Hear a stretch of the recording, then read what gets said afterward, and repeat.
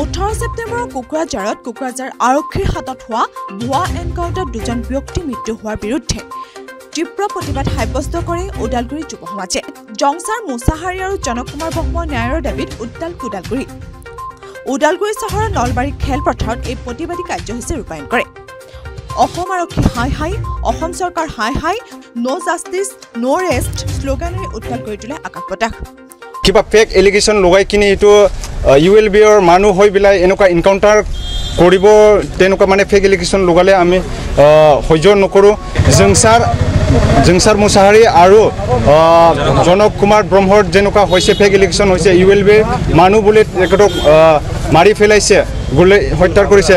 এইটো আমাৰ ন্যায় লাগে, জাষ্টিছ লাগে। সেইটো কাৰণে আমি চবে আমি যিমান ওদালগুৰি ডিষ্ট্ৰিক্টত হয়, ওদালগুৰি ডিষ্ট্ৰিক্টত যিমান কলেজ পঢ়া শুনা ষ্টুডেণ্টছ আছে, আমি সেইটো কাৰণে আমাক আজি জাষ্টিছটো বিচাৰিছে। আজি এইটো প্ৰি প্লান মাৰ্ডাৰ আমি ক'ব পাৰোঁ এতিয়া, কিয়নো অলৰেডি এইবিলাক আমি এনালাইজ কৰি কিনে এইটো আমি গম পালোঁ যে এইটো ফেক এনকাউণ্টাৰ।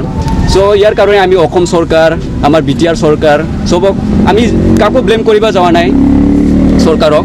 আমি জাষ্ট কৈছোঁ এইটো অলৰেডি চব কথা এনালাইজ কৰি কিনে এতিয়া আমি গম পালোঁ এইটো প্ৰুফ হৈ গ'ল যে এইটো ফেক এনকাউণ্টাৰ। সেইকাৰণে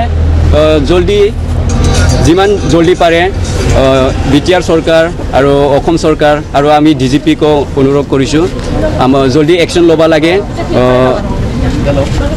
যোন কাহিনীটো পিছপিনি লুকাই আছে সেইটো আগত আনিব লাগে পাব্লিকে। এইটো আমি জাষ্টিছ বিচাৰে আছে ষ্টুডেণ্ট।